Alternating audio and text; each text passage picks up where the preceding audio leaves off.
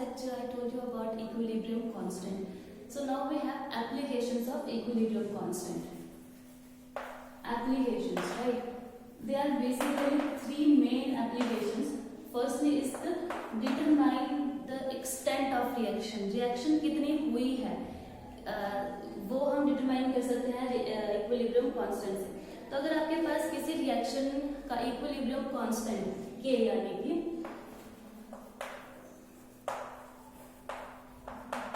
अगर आपके पास equilibrium constant is greater than 10 to the power 3, equilibrium constant आपका 10 टू द पावर 3 से ज्यादा है तो आपकी रिएक्शन फॉरवर्ड डायरेक्शन में होगी और प्रोडक्ट्स डोमिनेट करेंगे.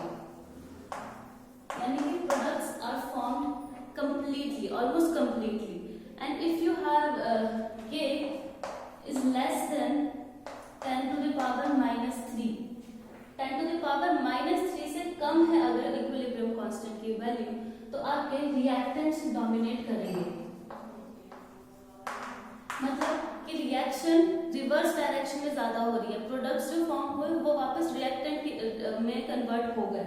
तो रिएक्शन बहुत कम एक्सटेंट पे हुई है, यानी कि रिएक्टेंट्स रिएक्ट करके प्रोडक्ट्स फॉर्म ही नहीं कर रहे हैं, बहुत कम अमाउंट में कर रहे हैं, तो वो यानी कि रिएक्शन जो है आपके रिवर्स डायरेक्शन में होगी. लेकिन अगर आपके पास k की वैल्यू 10 टू द पावर 3 या उससे ज्यादा है तो आपके प्रोडक्ट्स ज्यादा फॉर्म हो रहे हैं, यानी कि रिएक्शन फॉरवर्ड डायरेक्शन में होगी. और अगर आपका k इस रेंज के बीच में है 10 टू द पावर 3 और 10 टू द पावर माइनस 3 और 10 टू द पावर 3, इस रेंज के बीच में आपके पास k की वैल्यू आती है तो इसका मतलब है कि प्रोडक्ट और रिएक्टेंट्स दोनों एप्रिशिएबल कंसंट्रेशन में है. बहुत ज्यादा कम क्वांटिटी किसी की भी नहीं है, ना रिएक्टेंट की ना प्रोडक्ट की. इसको समझने के लिए हम एक एग्जांपल लेते हैं.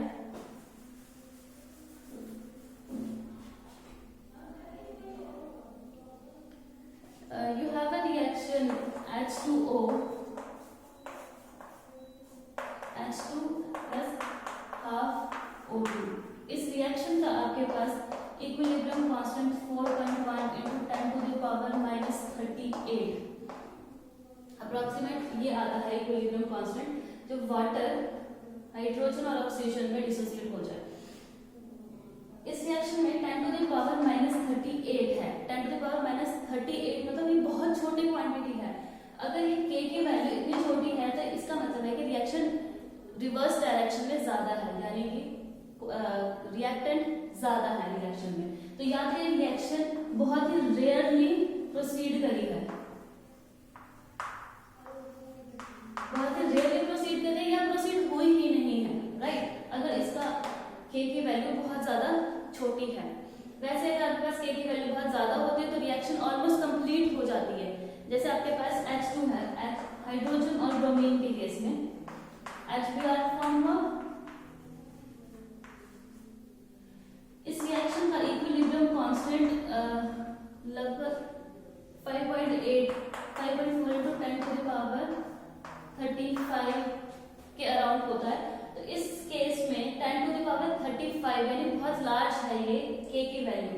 तो इसमें ये रिएक्शन जो है फॉरवर्ड डायरेक्शन में ज्यादा होगी, यानी कि प्रोडक्ट्स की कंसंट्रेशन ज्यादा होगी as compare to reactant. So this was the first application of equilibrium constant. Then you have second application as direction. Prediction of direction of reaction. Direction of reaction. Reaction किस direction में हो रही है, forward direction में या backward direction में. अगर आपके पास कोई रिएक्शन है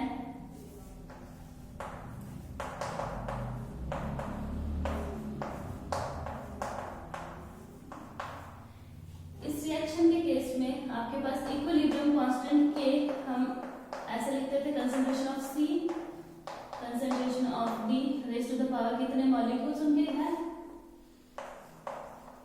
A और B.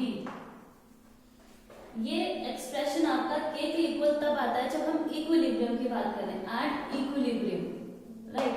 लेकिन अगर इक्विलिब्रियम अचीव नहीं हुआ है उस वक्त अगर हम इन दोनों का रेशियो लें तो उसे K में से Q कहा जाता है. That is concentration quotient. I repeat, अगर इक्विलिब्रियम किसी रिएक्शन में अचीव हो गया है उस पॉइंट पर कंसंट्रेशन ऑफ प्रोडक्ट और कंसंट्रेशन ऑफ रिएक्टेंट के रेशियो को के कहते हैं यानी इक्विलिब्रियम कांस्टेंट कहते हैं। अदरवाइज अगर इक्विलिब्रियम अचीव नहीं हुआ है उस केस में कंसंट्रेशन ऑफ प्रोडक्ट का रेशियो कंसंट्रेशन ऑफ रिएक्टेंट के साथ, that ratio is denoted as Q which is called concentration coefficient, right. तो अगर इस Q की वैल्यू आपके पास K से ज्यादा है, if Q is greater then K, तो इस केस में आपके पास रिएक्शन रिवर्स डायरेक्शन में होगी। अगर Q की वैल्यू K से ज्यादा आए तो रिएक्शन रिवर्स डायरेक्शन में होगी, लेकिन अगर Q की वैल्यू कम आती है K से तो वो फॉरवर्ड डायरेक्शन में होगी। और इक्विलिब्रियम अगर अचीव इक्विलिब्रियम हो गया है तो Q will be equal to K, right. Product की कंसंट्रेशन और रिएक्टेंट की कंसंट्रेशन के रेशियो को इक्विलिब्रियम कांस्टेंट के इक्वल तब हो जाएगा जब इक्विलिब्रियम है आपके पास। अदरवाइज अगर Q आपके पास K से कम आता है तो फॉरवर्ड डायरेक्शन, अगर ग्रेटर देन K आता है तो वो रिवर्स डायरेक्शन में होगा। We will understand this with an example. You have a reaction H2 iodine HI form होना है आपके पास, राइट। तो किसी पॉइंट पे एट 700 केल्विन टेम्परेचर हमने कंसंट्रेशन हाइड्रोजन के लिए 0.5, 0.1, इसकी 0.2 और इसकी 0.4, राइट, मोल पर लीटर कंसंट्रेशन है तो उसकी यूनिट होगी मोल पर लीटर। तो यहाँ पर अगर 700 केल्विन पे हमने इनका रेशियो लिया Q is equal to concentration of HI raise to power 2, right, concentration of H2 and concentration of I2 iodine। तो इनके इसे जब सॉल्व किया गया 0.4 स्क्वायर 0.1 इनटू 0.2, इनकी कंसंट्रेशन गिवन है आपके पास। 700 टेम्परेचर पे हाइड्रोजन की कंसंट्रेशन 0.1, आयोडीन की 0.2 और HI जो फॉर्म हुआ आपके पास दैट इज 0.4। तो जब इसे कैलकुलेट किया जाएगा तो ये 8 आएगा आपके पास। लेकिन सेम रिएक्शन के लिए जब आप इक्विलिब्रियम पे इस रेशियो को कैलकुलेट करोगे सेम टेम्परेचर 700 केल्विन टेम्परेचर पर ही, तो K आपके पास अबाउट 54 या 53 के अराउंड आता है। तो इसका मतलब क्या है आपका कि Q is less than K, right. अगर Q is less than K है आपके पास तो reaction will be in forward direction, यानी कि प्रोडक्ट्स ज्यादा फॉर्म हो रहे हैं, रिएक्टेंट्स रिएक्ट करके प्रोडक्ट्स फॉर्म कर रहे हैं, ये फॉरवर्ड डायरेक्शन में जा रही है।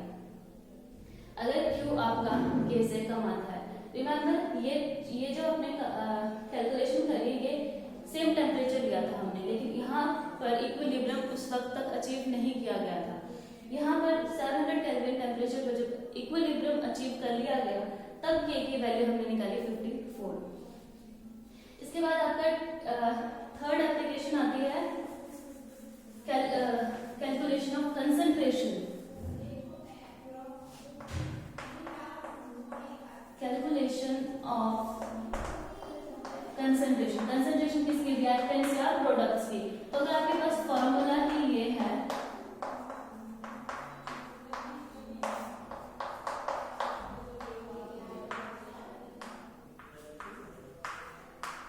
You have this formula.